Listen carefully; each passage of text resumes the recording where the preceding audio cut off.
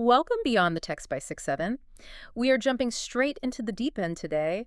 We are cracking open the ancient forest books of India to look at a roadmap that involves a young boy who waits 3 days on the actual doorstep of death to ask a forbidden question, a god who hides behind a blinding golden disc, and this incredible philosophical cage match between the pleasant life and the good life. It's a lot. It is. And this isn't just, a history lesson. We're framing this as an investigation into the ultimate nature of reality, specifically this tension that just keeps coming up in these texts, this tension between the material world, which they often link to what we might call an atheistic view, Right. and this all-pervading consciousness they call Brahman. It is absolutely the central theme, and you're right to frame it as an investigation. What we're doing today is looking at three very specific, very powerful texts, the Isa, the Katha, and the Kina Upanishads. We're using the translations and commentary by Swami Paramanand to really get inside these concepts. And this central tension, this God versus atheism idea, it's not what we're used to, is it? It's not the kind of debate you see on cable news. Not at all. Yeah. It has nothing to do with, creationism versus evolution or anything like that. It's much more fundamental. It's about perception. It's about how we literally see the world. Okay, so before we get into the really heavy philosophy, let's set the scene. You called them the forest books. What exactly are the Upanishads? Where do they come from? So to get the Upanishads, you really have to start with the Vedas. The Vedas are these massive, ancient, foundational scriptures of Hinduism. I mean, they go back thousands of years. Right. And they're broadly divided into two main sections. First, you've got what's called the Karmakanda. Karmakanda. Yeah. And that's the ritual portion. It's basically the how-to guide for religion. Yeah. It says, do this specific sacrifice, chant this exact mantra, arrange the fire in this particular way, and you'll get a reward. This is transactional. Completely transactional. You'll get more cattle or rain for your crops or, a better spot in the afterlife. I give the gods some clarified butter. The gods make sure my stocks go up. That's a perfect modern analogy for it. Yeah. But then you have the Nanakanda. And Nana means wisdom. The wisdom portion. Exactly. Yeah. And this is where the Upanishads live. They are not interested in the transaction anymore. They're interested in the capital T truth. So they're a philosophical turn. A massive philosophical turn. And the word Upanishad itself gives us a clue about what's going on. It has a couple of meanings. One is sitting near. Sitting near? Yeah. And it evokes this image of a student, sitting devotedly at the feet of a teacher, deep in the quiet of the forest, receiving some secret, profound instruction. I like that. It feels very intimate. It's not a sermon for the masses in a giant temple. It's a whisper. It is a whisper. It's knowledge that has to be earned. But, and this is interesting, Paramananda's commentary highlights another possible derivation of the word. It can also mean to shatter. Shatter. That sounds a lot more Yeah. aggressive. What are we shattering? We're shattering the fetters of ignorance. We're destroying the illusions that keep us feeling small and separate and afraid. It's a very active, almost violent process of breaking down your old worldview. I see. So it's not just receiving knowledge. It's about that knowledge completely changing you. And that's because these texts are classified as sruti. Sruti. Sruti, yeah. It means what is heard. As in revealed. Exactly. Revealed truth. This is in direct contrast to smriti, which is just human tradition or memory.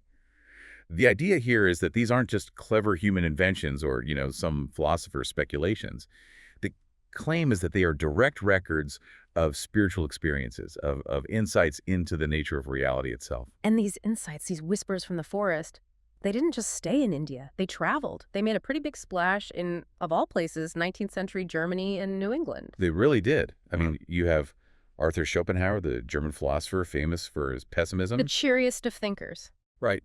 But he found immense hope and solace in these texts. He famously said, "In the whole world, there's no study so beneficial and so elevating as that of the Upanishads. It has been the solace of my life. It will be the solace of my death." He even called them the Holy Spirit of the Vedas. Wow. That is incredibly high praise from a guy who, generally thought life was a pretty miserable affair. It's a huge endorsement. And then on your side of the Atlantic, you have people like Thoreau and the American Transcendentalists.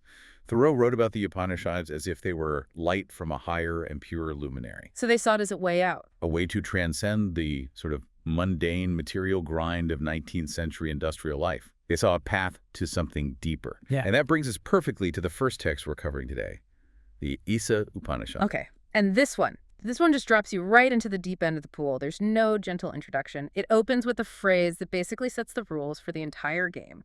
Isa Vasya. God covered. Isavasya, the very first line, the opening instruction is, all this whatsoever exists in the universe should be covered by the Lord. Okay, let's unpack God covered. Because to a modern ear, that might sound like, we need to go around sticking religious bumper stickers on everything. But that's not what it means, is it? No, not at all. It's not about an external action. It's a perceptual shift.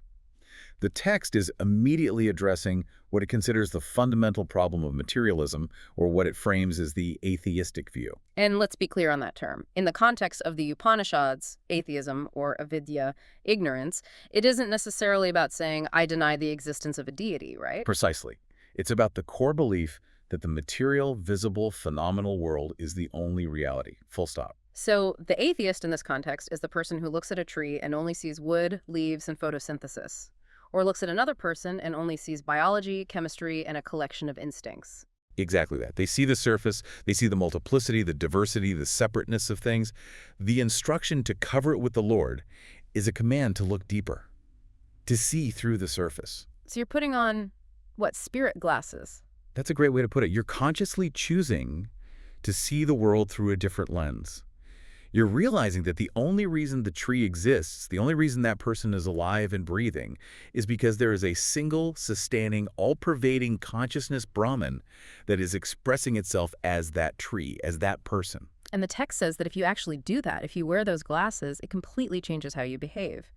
It says, covet not the wealth of any man. Why that connection? Well, think about why we covet things. Why do we feel jealousy or envy? Because we feel separate, right? I want what you have because I perceive it as being outside of me. There's a fundamental sense of lack. I don't have it, you do, and that's not fair. Right. But the Isa Upanishad argues that if you can truly see the underlying unity, if you can realize that the very same spirit is looking out of my eyes as is looking out of yours, then envy becomes, it becomes logical nonsense. How can the ocean be jealous of one of its own waves? It can't. The wave doesn't envy the other wave. They're both just expressions of the water. This realization is supposed to lead to a state of non-attachment and peace. There's a section in this one that I found really mind-bending. It talks about darkness. It starts off making sense. It says, into blind darkness enter those who worship ignorance. Makes sense. Yeah. If you're just chasing money and power and sensory pleasure, you're in the dark. Okay, got it. But then it says, into a still greater darkness enter those who are engaged in culture and knowledge. Whoa, how is knowledge a greater darkness? This is a classic Upanishadic curveball. It's one of those statements designed to shatter your assumptions. It's a profound warning against intellectual pride. So in this context, ignorance, or avidya, refers to the life of action, of rituals, of things focused on the external world. If you only do that, you're lost in the material maze. You're in the dark. That's the first group. That's the first group. But knowledge, or vidya, here refers to theoretical, dry, intellectual knowledge.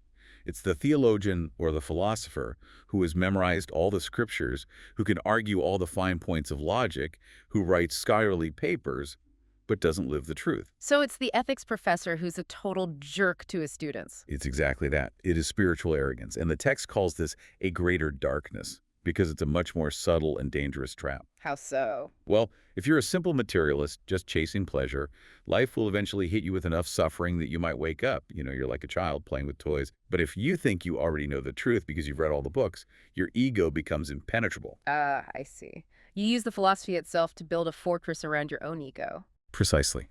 You're using the tools of liberation to build a better prison. And that is a very, very dangerous place to be. The text says you need both. You need to understand the manifest world and the unmanifest spirit. So the real instruction is, don't just read the menu, you have to actually eat the food. Yeah, it is a perfect analogy for it. Now, we absolutely have to talk about the golden disc. This is one of the most vivid, beautiful images in the whole book. The face of truth is hidden by a golden disc. It's stunning, isn't it?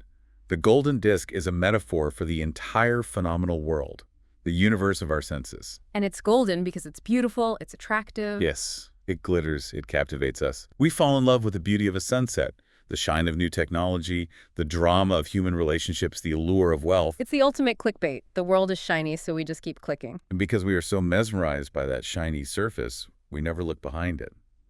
The disc kickers the face of truth. So the seeker in the Isa Upanishad makes this prayer to the sun, who is the symbol of this dazzling sensory world. He says, O Prushan, withdraw thy rays. He's asking the world to dim its lights for a second. Exactly.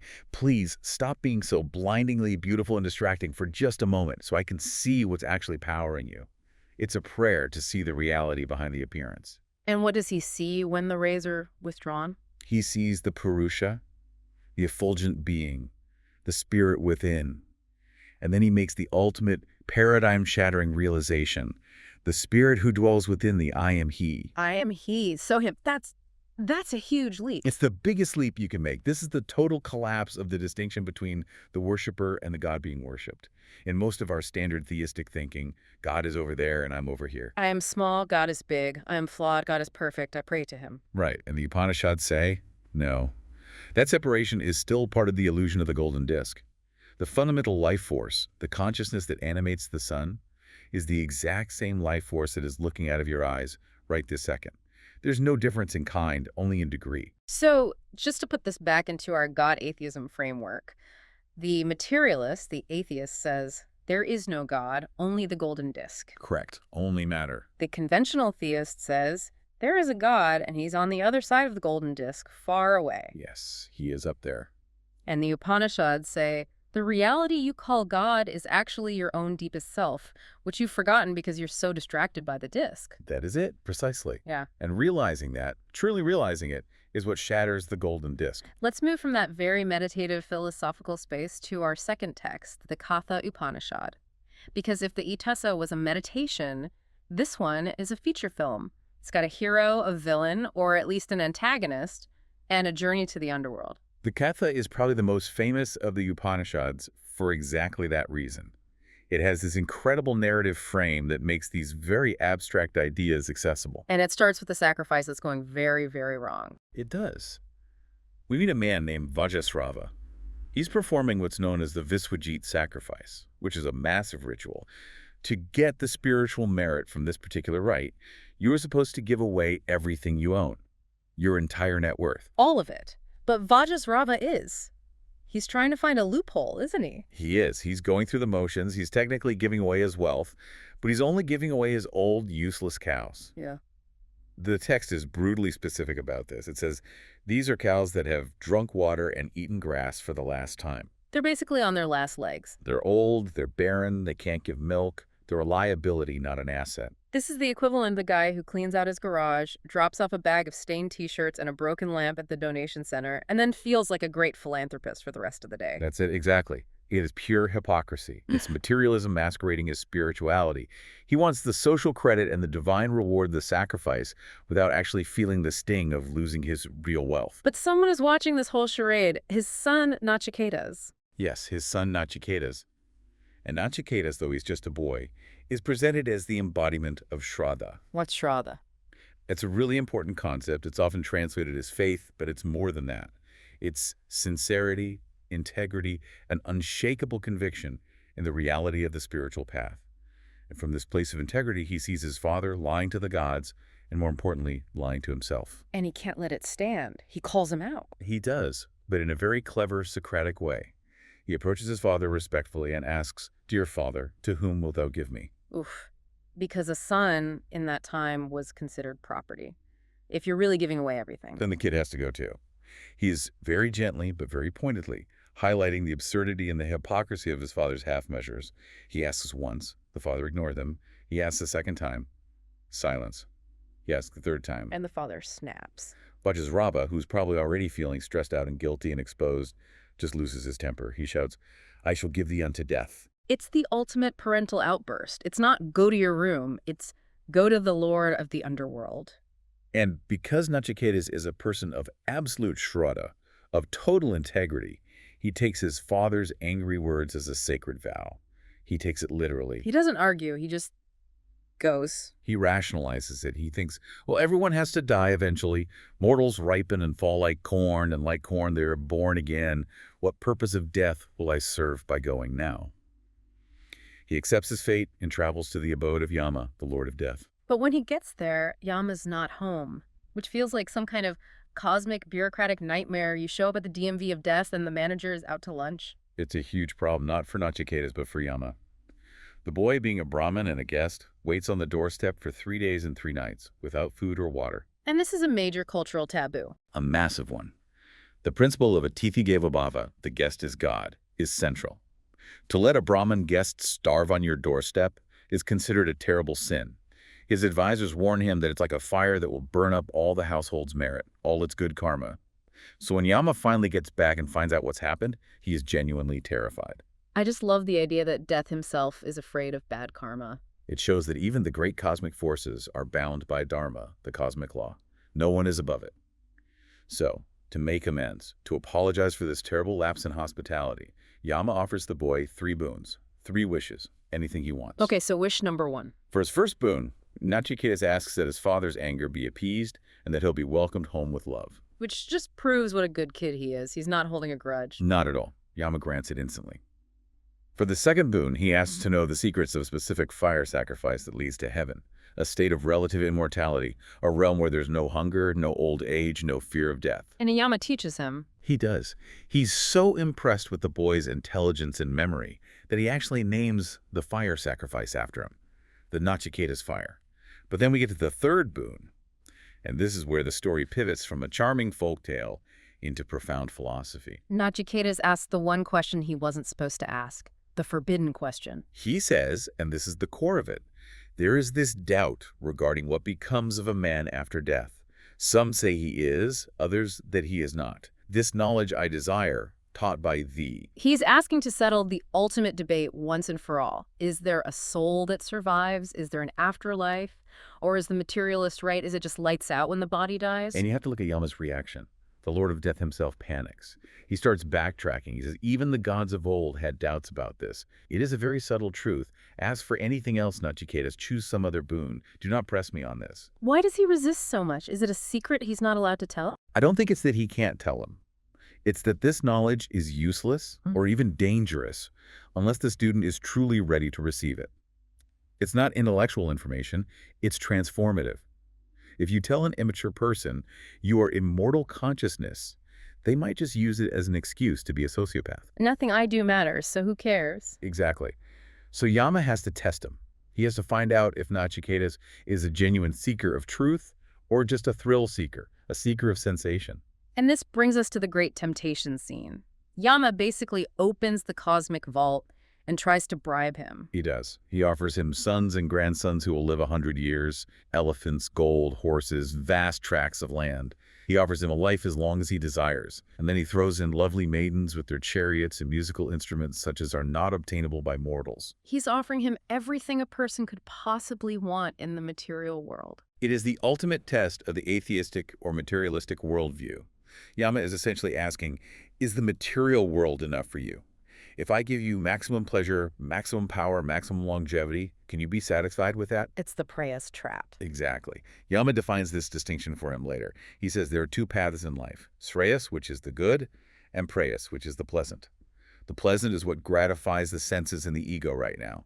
The good is what leads to ultimate spiritual freedom. Yama is offering Nachiketas the platinum level VIP package of the pleasant. And Nachiketas basically laughs in his face. He does. It's an incredible moment of wisdom. He says, these things are ephemeral, O death. They endure only till tomorrow. They wear out the vigor of all the senses. Even the longest life is short indeed. His logic is flawless. It is. He says, no man can be satisfied by wealth. And then he delivers the killer line. How can we be happy with wealth as long as we see thee? As long as death is the final destination, no amount of pleasure or money can ever truly make you feel secure. He rejects the bribe completely. And this is the moment Yama realizes he has a true student. This boy isn't a fool. And the text is very, very harsh when it talks about the fool. Yama explicitly defines the fool as the materialist, he says. The ignorant man, abiding in the midst of ignorance, but thinking himself wise and learned, goes round and round, staggering to and fro, like the blind led by the blind. And what is the core belief of this fool? Yama gives the exact creed. The fool thinks, this world alone is, there is none other. This world alone is. I mean, that is the fundamental statement of modern scientific materialism, isn't it? What you see is what you get. This is it. It is. And the Upanishad says that this specific belief is the trap. It's the snare of death. Because if you truly believe this world alone is, then you invest all of your identity, all of your energy, all of your hope for happiness into something that is, by its very nature, transient and decaying. You're building your dream house on a sinking ship. A perfect metaphor. Hmm. Yamaz says that because of this belief, the ignorant person falls under the sway of death again and again and again. So, to escape the cycle of death, you have to realize that there is something other than this world. But how do you even begin to grasp that? This is where Yama gives us this incredible user's manual for the human being, the chariot analogy. This is one of the most famous, most enduring metaphors in all of Eastern philosophy, and for good reason. It's so practical. He asks you to imagine a chariot. Okay, a chariot. The chariot itself, the physical vehicle, is the body. Got it. The horses pulling the chariot are the senses. They're the motive power. They want to run toward every sight, every sound, every taste, every smell. Right, they're the engine. The reins that are used to guide the horses, that's the mind, or manas. It's the mechanism that connects the driver to the horses. Okay, body, senses, mind. The driver holding the reins is the intellect, or buddhi. This is the faculty of discrimination, the decision maker. The charioteer. And finally, most importantly, the lord of the chariot, the passenger sitting quietly in the back, the one on whose behalf the journey is being undertaken. That is the self, the Atman. I love this because it's so mechanical. It gives you a system to analyze. If everything is working properly, the driver, the intellect, is awake and alert. He holds the reins, the mind, firmly. He controls the horses, the senses, and the whole chariot gets the passenger, the soul, to its destination. That's the ideal state. But what is the state of the ignorant man, the fool we were just talking about? For him, the driver, the intellect, is asleep at the wheel or maybe drunk. The faculty of discrimination isn't working. It can't tell the difference between the good and the pleasant. And when the driver's asleep, The reins, the mind goes slack. And when the reins are slack, what do the untamed horses do? they run wild. They bolt. They're going to chase the nearest patch of grass or another horse or just run straight off a cliff. Exactly. The senses, uncontrolled, rush headlong toward what the text calls wicked objects. We see this in our own lives with addiction, with fits of rage, with compulsive shopping, with endless scrolling. The horses are hijacking the chariot. And the passenger, the soul, is just being dragged along for this terrifying, out-of-control ride. That's the image. The Upanishad says the whole goal is spiritual practice of yoga, and this is one of the first places that word appears in this context, is to wake up the driver, to strengthen the intellect, to firm up the reins of the mind, and to bring the senses back under control. It's all about agency, then. Are you driving your life, or are your biological impulses and emotional reactions driving you? That is the fundamental question. Mhm. And this leads Yama to finally describe the passenger, the self that Nachiketa's wanted to know about. He uses these beautiful, strange images. He describes the Purusha, the inner self, as being the size of a thumb. The size of a thumb. Why so small? I think it's to make it feel personal and accessible. It's not some vast, impersonal cosmic gas cloud. It is right here, inside you, in the lotus of the heart. It's intimate. Ah. But at the same time, he says it is subtler than the subtle, greater than the great. It's both the smallest point and the infinite container. And he also uses this other image I found fascinating, the inverted tree. The ancient Aswatha tree, yes. He says, this tree of existence has its roots above, in Brahman, and its branches grow downward into the physical world. That completely flips our normal perspective. We think of the physical world as the ground, right? It feels solid. It feels like the foundation of reality. Spiritual stuff is airy-fairy. It floats on top. And the Upanishads say, you have it completely backwards. The physical world of branches and leaves is fragile, it's seasonal, it's temporary. The real ground, the source of all life, the root system, is the invisible consciousness. So if you cut the root, The whole tree dies. If you pretend the material world is self-sufficient, that this world alone is, you're like a gardener trying to keep the leaves and flowers alive while taking an axe to the root. It's a strategy that is doomed to failure. It leads to decay and death. and this brings us back to that phrase, he who sees difference goes from death to death. It's the same idea. Seeing difference or diversity as the ultimate reality is the fundamental error. The materialist, the atheist in this framework, sees the world as a collection of billions of separate, disconnected objects. I am here, the rock is there, the star is way over there. It's a universe of fragments. But the knower, The knower sees that these are all just different expressions of one unified field of being. Yama uses the analogy of rain. Rainwater falling on a mountain runs down the sides in 1,000 different streams, but it's all one water. If you get fascinated by the individual streams and start chasing them, you'll get lost. If you know the nature of the water itself, you are free.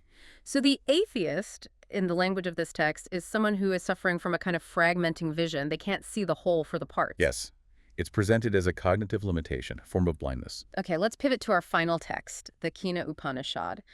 The title itself, Kina, is a question, isn't it? It means by whom? Exactly. This Upanishad is a direct investigation into the operator behind the scenes. It opens with the student asking a series of profound questions. By whom willed and directed does the mind light on its objects? By whom commanded does the life breath move? At whose will do men utter speech? Who is the God that directs the eye and the ear? He's asking, I know my eye can see, but who is the eye that is doing the seeing through the eye? I know my brain is thinking, but who is the witness that is aware of the thoughts? It's the ghost in the machine question, but asked from a spiritual perspective. What is the power source? And the answer the teacher gives is a complete riddle. It is, the teacher says, it is the ear of the ear, the mind of the mind, the speech of the speech, the life of the life, and the eye of the eye. But then he immediately adds this crucial caveat. The eye cannot go there, nor speech, nor the mind. That's incredibly frustrating. Tell me what it is. I can't, because the tools you use to understand things, your mind, your senses, your words, don't work on it. It's frustrating because we're used to understanding things as objects. Words are designed to describe objects. That is a table. That is a cat. But the self, Brahman, is not an object. It is the ultimate subject. It's a camera, not the photograph. A perfect way to put it. Hmm. You can't take a picture of the camera's lens with that same camera.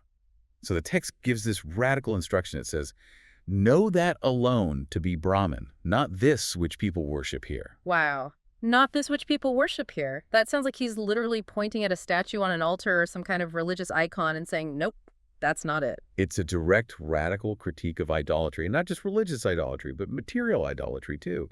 The principle is, if you can point to it, if you can objectify it, if you can make it an object of your thought or worship, it is not the ultimate truth. Because the ultimate truth is the consciousness which is doing the pointing, the thinking, the worshiping. So it's saying, stop looking for God as an object out there in the world. You're looking in completely the wrong direction. You have to turn your attention 180 degrees around and look at the looker. That's the whole practice.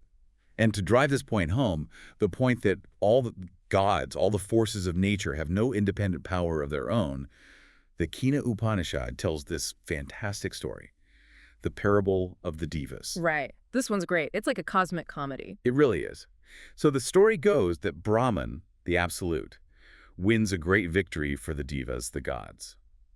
But the divas, specifically Agni, the god of fire, Vayu, the god of wind, and Indra, the king of the gods, they get arrogant. They start high-fiving each other, saying, we did this victory, this glory is ours. They're the mid-level managers taking all the credit for the CEO successfully closing a huge merger. That's it, exactly. They completely forget they are just functionaries, instruments of a higher power.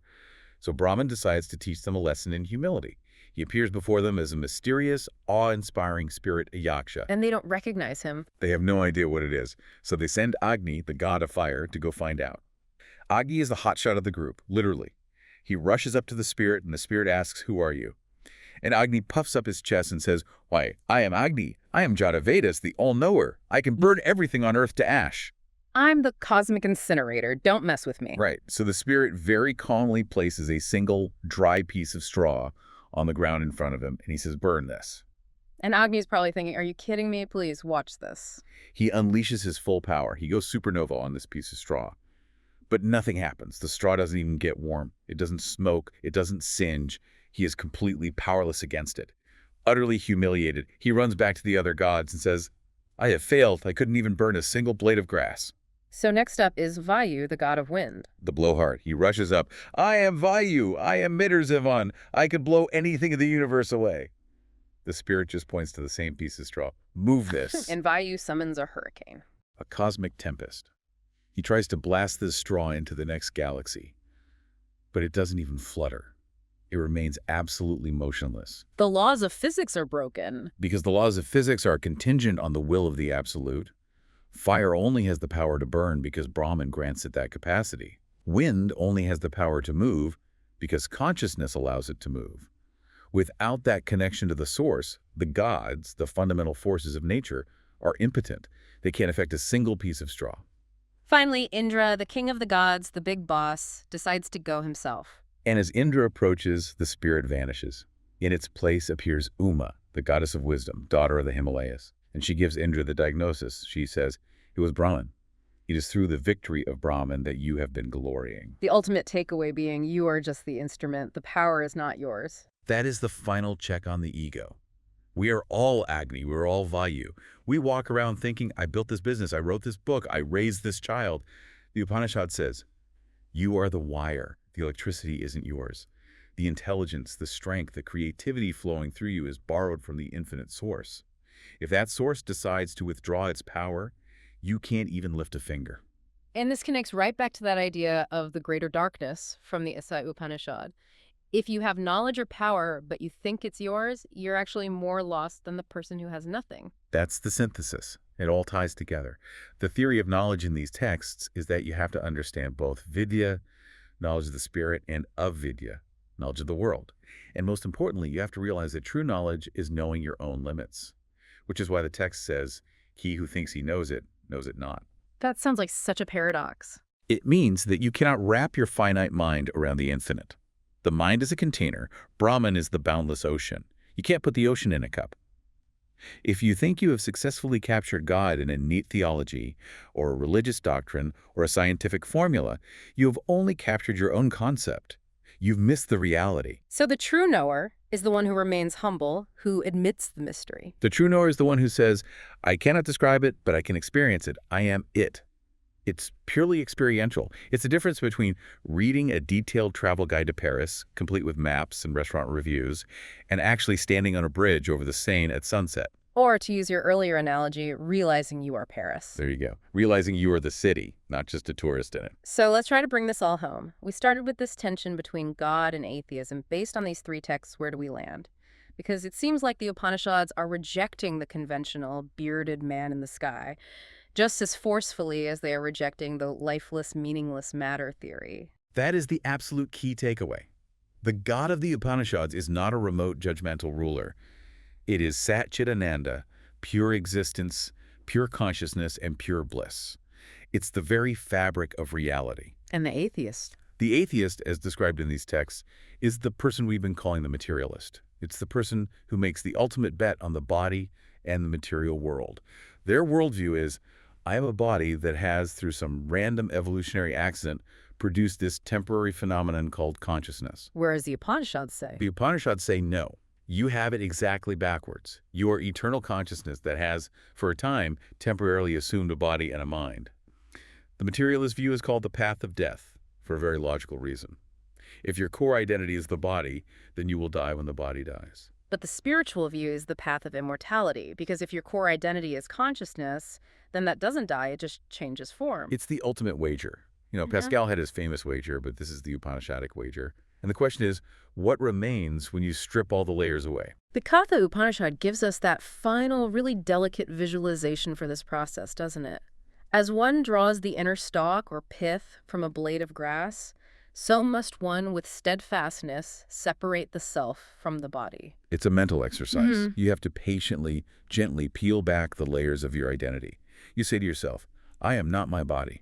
I can observe my body getting sick or getting older. I am not my breath. I can watch my breath coming in and going out. I am not my thoughts. I am the one who is aware of the thoughts passing through my mind. And when you peel it all back, what's left? That's the wager. The materialist says nothing, annihilation. The Upanishad says everything, Brahman. That thou art. Tat tvamasi. That is a lot to chew on. So we're going to leave you with that final provocative thought from the texts. It says, the sun does not shine there, nor the moon and the stars, nor these lightnings, much less this fire. When he shines, everything shines after him. By his light, all this is lighted. The question for you is, if you stripped away your body, your senses, your thoughts, what, if anything, remains? The Upanishads say everything. The materialist says nothing. Which wager are you making with your life? Thanks for diving deep with us. We'll see you beyond the text.